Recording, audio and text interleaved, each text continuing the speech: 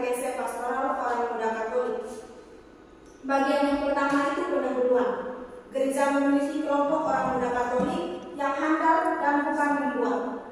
Persoalan-persoalan yang dilematis mampir silih berganti, mengganggu kehadirannya yang masih labil itu.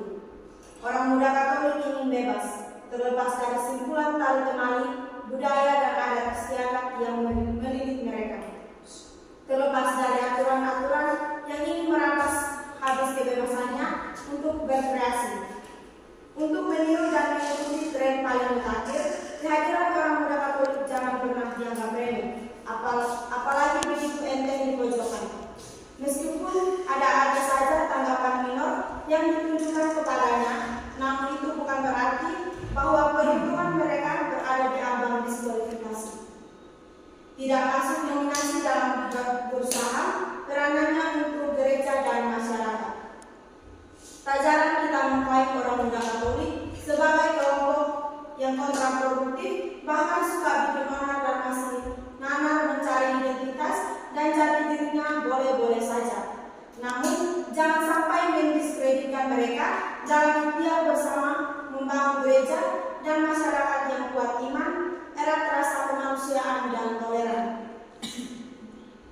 Dengan demikian, diharapkan agar aksi dan saksi mereka ibarat lampu pijar yang dapat menyinari jalan kegelapan dan sehatnya tetap menyala sepanjang hidup Kristiani.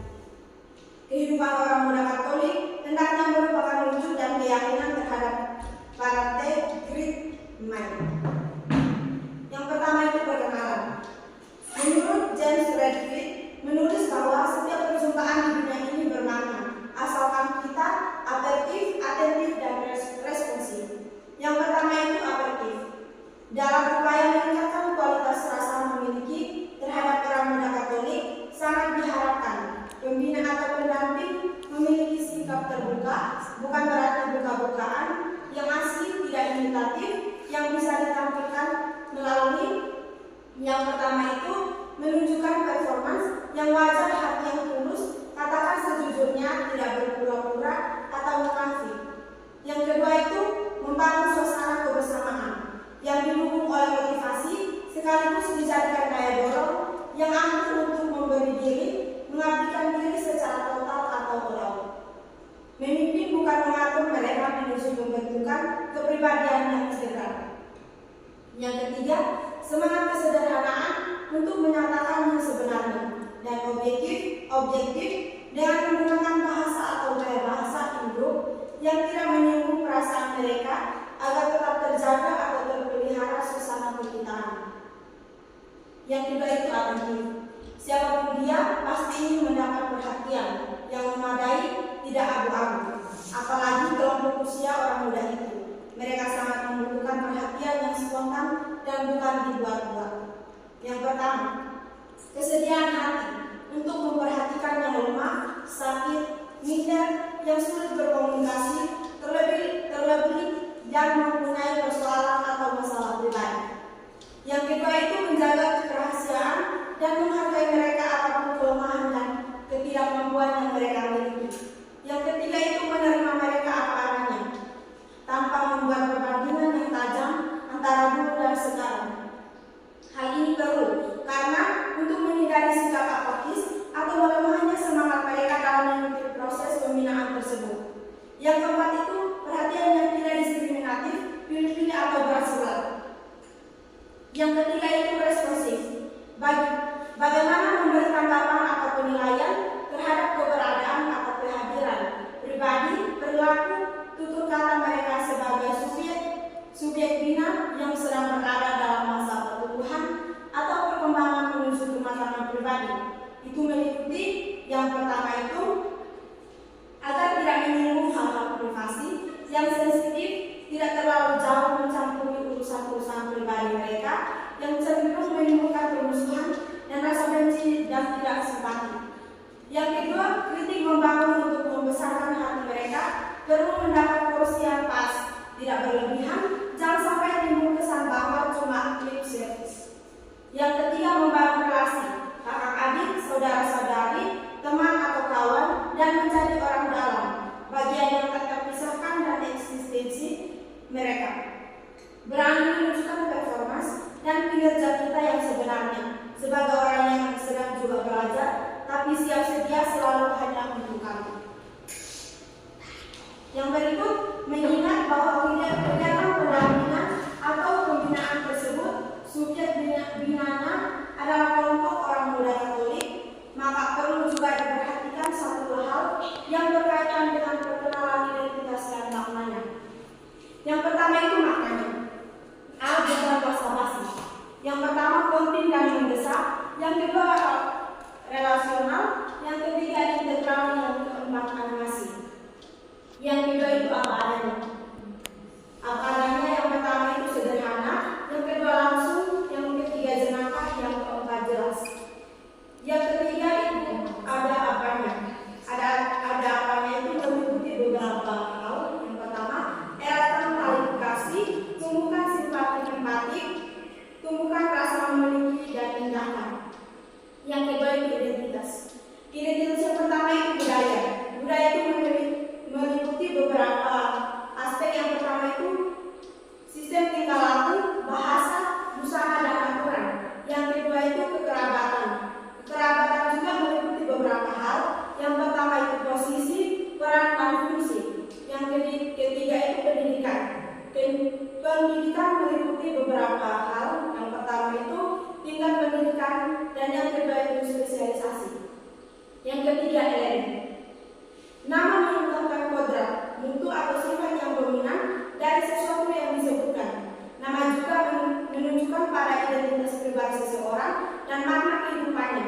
Mengungkapkan nama berarti memperkenalkan diri kepada orang lain, menyerahkan diri kepada orang lain. Pertama itu nama.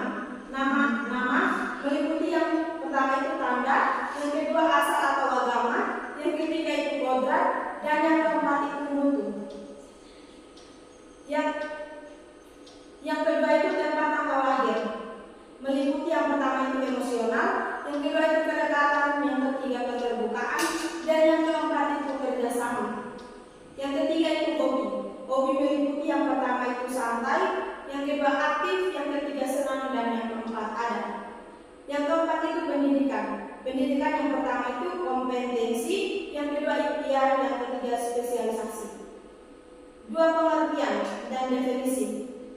A. Biblis atau Alkitabiah. Dalam perjanjian lama, yang pertama itu Yeskiel, bab 34 ayat 1 sampai 31 tentang gembala-gembala Israel. Yang pertama itu ayat 3 sampai dengan ayat 5. Yang pertama, kamu menikmati susu dan memakai pakaian bulu domba. Yang kedua itu, kamu menyembelih domba-domba yang tanggung. Yang ketiga, kamu tidak meneguhkan yang lain. Yang keempat, kamu tidak memperhatikan yang sakit dan membebat yang luka. Dalam perjanjian baru, dalam Injil Yohanes bab 21 ayat 15 sampai 19 itu kualitas gembala. Kualitas gembala itu meliputi beberapa. Yang pertama itu mempunyai kekuatan dan keberanian membela kawanan dombanya. Yang kedua itu mengenal nama dan karakter kawanan dombanya. Yang ketiga, siap sedia selalu sepanjang waktu dan penuh perhatian pada kawanan dombanya. Yang keempat, memiliki kesabaran tinggi akan perilaku kawanan dombanya. Dan yang kelima, memiliki kebaikan hati tak terbatas dan naluri berbagi kasih tak terhingga untuk kawanan dombanya. Yang berikut itu definisi. Definisi katekese pastoral orang muda Katolik, partisipatif, transformatif, suatu tindakan dan tugas pelayanan serta gerakan melibatkan diri secara penuh dalam proses pendampingan dan pengembangan terhadap MK untuk membantu mereka menuju pribadi yang dewasa dalam berpikir, bersikap, bertindak, dan beriman sebagai warga gereja dalam masyarakat. Yang ketiga itu usia dan masa. Yang pertama itu bigot, konstan, dan palang. Masa pubertas berada pada rentang usia antara 5 sampai 18 tahun dan masa adolesan dalam usia 18 sampai 21 tahun. Yang kedua itu prolog. Masa pubertas berkisar sekitar 13 sampai 21 tahun yang dikategorikan dalam usia remaja awal 13 sampai 17 tahun dan remaja akhir 17 sampai 21 tahun. Yang berikut, yang ketiga itu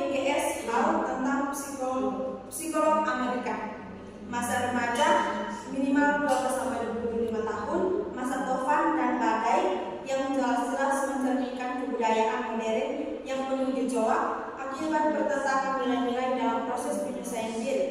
Yang keempat itu menurut Alexander A. Steiner, masa remaja adalah suatu periode transisi di mana secara psikologis seseorang berada pada posisi di atas kekanak-kanakan dan pada sisi lain berbeda jauh di bawah kedewasaan. Yang pertama, Biblis atau Alkitabiah. A. Perjanjian Lama. 1 Samuel bab 9 ayat 2. Yang berbunyi, Saul seorang muda yang elok rupanya, tidak ada seorang pun dari antara orang Israel yang lebih elok daripadanya. Yang kedua itu Amsal bab 22 ayat 6. Didiklah orang muda menurut jalan yang patut. Yang berikut Yesaya bab 40 ayat 30. Orang-orang muda menjadi lelah dan lesu dan terluna-luna jatuh tersalur. B. Perjanjian Baru. Dalam Injil Markus bab 10 ayat 20, lalu kata orang itu kepadanya, Guru, semuanya itu telah kuturuti sejak masa mudaku. Yang kedua itu Markus bab 14 ayat 51. Ada seorang muda yang pada waktu itu hanya memakai sehelai kain lenan untuk menutup badannya mengikuti dia. Yang kedua itu dokumen gereja Konsili Vatikan yang kedua. Pertama itu Argentes. Menurut artikel 39, dengan mengikut dalam diri kaum muda di sekolah dan di serikat-serikat semangat misi sekian, sehingga dari mereka muncul pewarta-pewarta Injil masa depan. Yang kedua itu Apostolicam Exorcitate. Menurut artikel 12, angkatan muda menularkan pengaruh yang sangat penting dalam masyarakat dewasa ini. Yang ketiga itu Gaudium et Spes. Menurut artikel 7, sadar akan perannya yang penting di dalam kehidupan masyarakat, orang muda ingin lebih cepat mengambil bagian dalam kehidupan ini. Menurut artikel 31, pada tempat pertama, pendidikan kaum muda dari asal usul sosialnya manapun harus diatur sedemikian rupa, sehingga dibangkitkan pria dan wanita yang tidak saja mempunyai kecerdasan yang terbina, tetapi juga berjiwa besar yang sangat dituntut oleh zaman kita. Yang berikut itu Grafissimum Educationis. Menurut artikel 10, pemuda yang lebih berbakat yang dianggap cakap untuk mengajar dan meneliti harus dibina dengan pewartaan khusus dan dikembangkan untuk tugas remaja. Yang berikut Christus Dominus. Menurut artikel 30 ayat 2, hendaknya mereka atau para pastor mencurahkan perhatian yang sungguh-sungguh bagi para remaja dan muda-mudi. Yang berikut Inter Verificat. Menurut artikel 10, penerima terutama yang berusia muda harus berikhtiar agar penggunaan alat-alat ini mereka terbiasa dengan pengendalian dan penelitian diri. Yang berikut Presbyterorum Ordinis. Menurut artikel 11, para orang tua dan para guru, demikian pula semua orang yang atas salah satu cara terlibat dalam pendidikan anak-anak dan kaum muda, hendaknya mendidik mereka sekian hingga mereka mengetahui keprihatinan Tuhan untuk kawalannya dan mempertimbangkan kebutuhan gereja, lantas bersama Nabi menjawab panggilan Tuhan. Yang berikut gereja di Asia. Artikel 47, kalau angkatan muda memang harus menjadi pelaksana efektif misi, gereja perlu menyelenggarakan kepada mereka reksa pastoral yang sesuai. Hendaklah mengangkat pastor-pastor atau direktur-direktur bagi kaum muda untuk memajukan pembinaan rohani dan kerasulan kaum awam. Paroki begitu pula serikat-serikat dan gerakan-gerakan dapat menolong kaum muda-mudi untuk dapat menanggulangi tekanan-tekanan sosial dengan menawarkan kepada mereka bukan sekedar perkembangan yang lebih matang, tetapi juga membantu berupa bimbingan karir, pelatihan, panggilan, dan konsultasi kaum muda-mudi. Ya. Dari putri-putri pemikiran dokumen Konsili Vatikan II ini dapat ditarik esensinya, yaitu yang pertama, kelompok kaum awam merupakan bagian integral dalam gereja sebagai umat Allah. Yang kedua itu memiliki potensi yang perlu diperhitungkan dalam upaya pembangunan dan partisipasinya dalam gereja. Yang ketiga, kelompok dinamis, kreatif, tapi masih membutuhkan perhatian, pendampingan yang integral dan terpadu.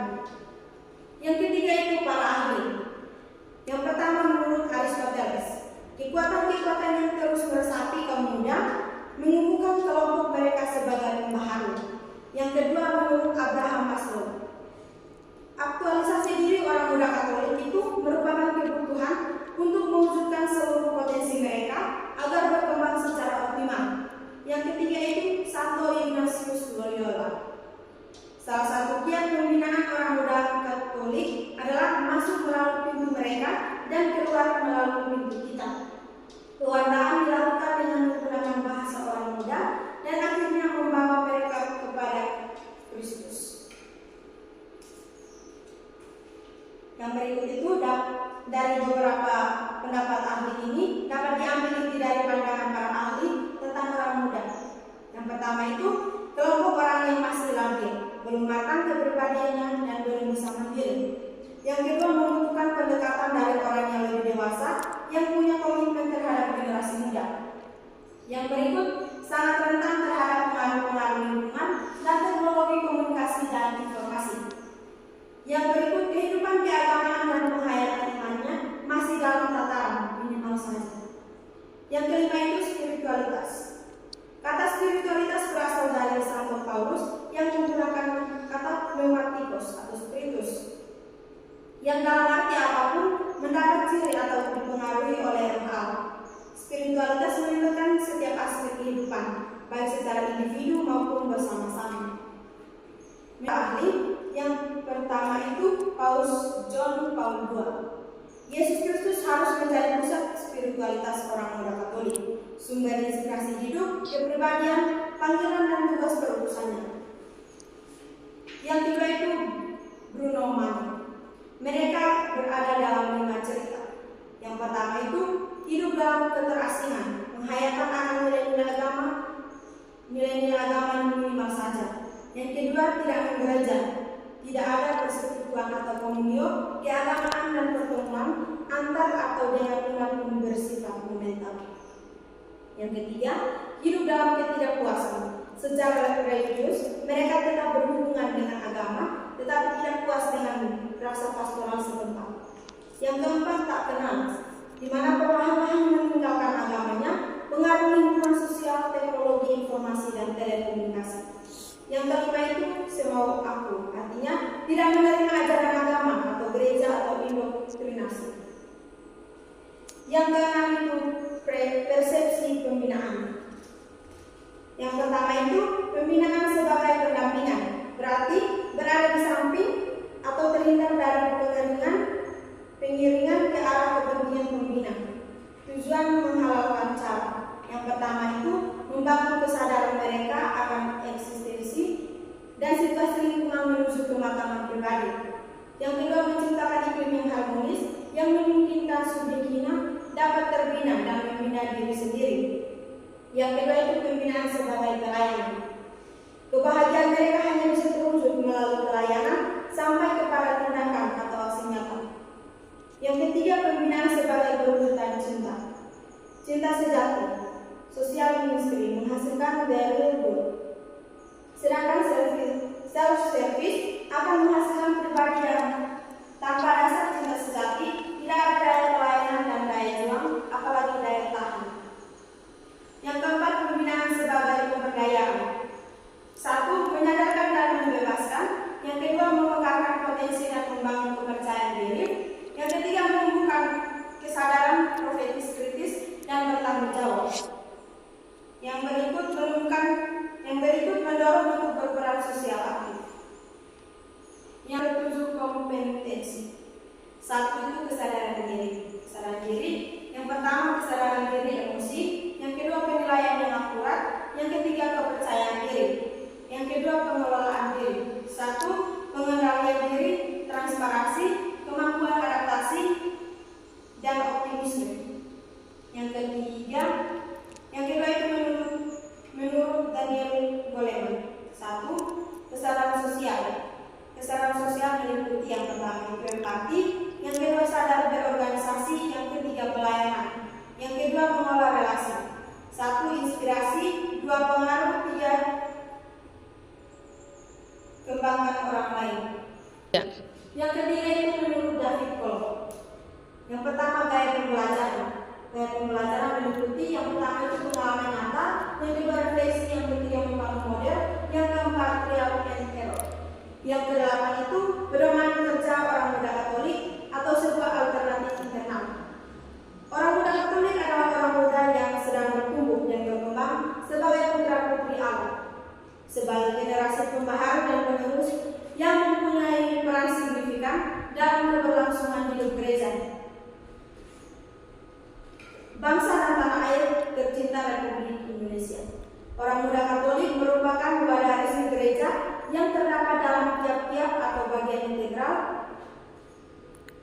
bagian integral paroki. Struktur wadah orang muda Katolik mengikuti struktur teritorial dan tingkat paroki sampai ke tingkat KB atau kelompok umat basis. Misalnya yang pertama itu paroki, yang kedua itu stasi, yang ketiga kapela, dan yang terakhir itu KB. Landasan dan asas. Yang pertama itu landasan.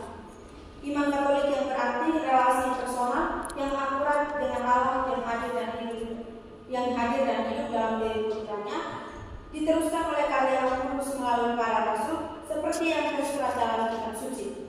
Yang kedua itu asas. Pancasila dan Undang-Undang Dasar 1945 dalam cahaya iman Katolik. Berarti segala aktivitas OMK selalu dalam konteks memahami, menghayati, mengamalkan, dan melestarikan nilai-nilai hidayah. Yang kedua orientasi dan sasaran. 1. Orientasi. Berkembangnya OMK menjadi sungguh, tangguh, tanggap, kuliah, dan terlibat aktif dalam hidup menggereja. Yang kedua itu sasaran. Sasaran meliputi A. Pembentukan dan pengembangan kelompok-kelompok basis. Yang kedua, pengadaan dan pelatihan para penggerak atau pengurus dan pembina OMK. 3. Pembinaan iman dan kegerejaan. Yang pertama itu kehidupan iman, meliputi 2. Yang pertama itu mengetahui kebenaran iman dan agama serta ajaran sosial gereja. Yang kedua, menyerahkan diri kepada Allah yang semakin personal. B. Kehidupan menggereja. Yang pertama itu semakin menghayati iman pribadi bersama seluruh umat. Yang kedua itu melibatkan diri dalam berbagai bidang kehidupan masyarakat dan pelayanan gereja dengan ciri kemuliaan. Yang 4. Kemandirian dan kehidupan bersama. Kemandirian meliputi pengenalan dan penemuan jati diri, kesadaran diri dalam kelompok, dan dapat bertanggung jawab di dalamnya, mempunyai gambaran diri yang sehat dan seimbang serta mampu terus berkembang dalam gaya cipta. Yang kelima, tugas dan tanggung jawab.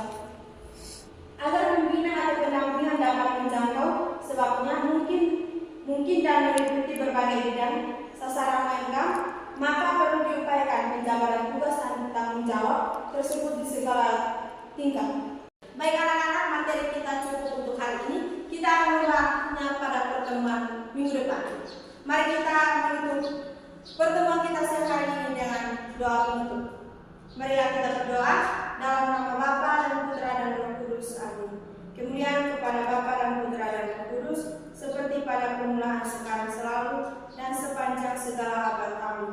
Dalam nama Bapa dan Putra dan Roh Kudus. Amin. Sebelum pulang ada sepatah kata, kita tidak bisa membangun masa depan untuk generasi muda, tapi kita bisa membangun generasi muda untuk masa depan. Oleh karena itu, tetap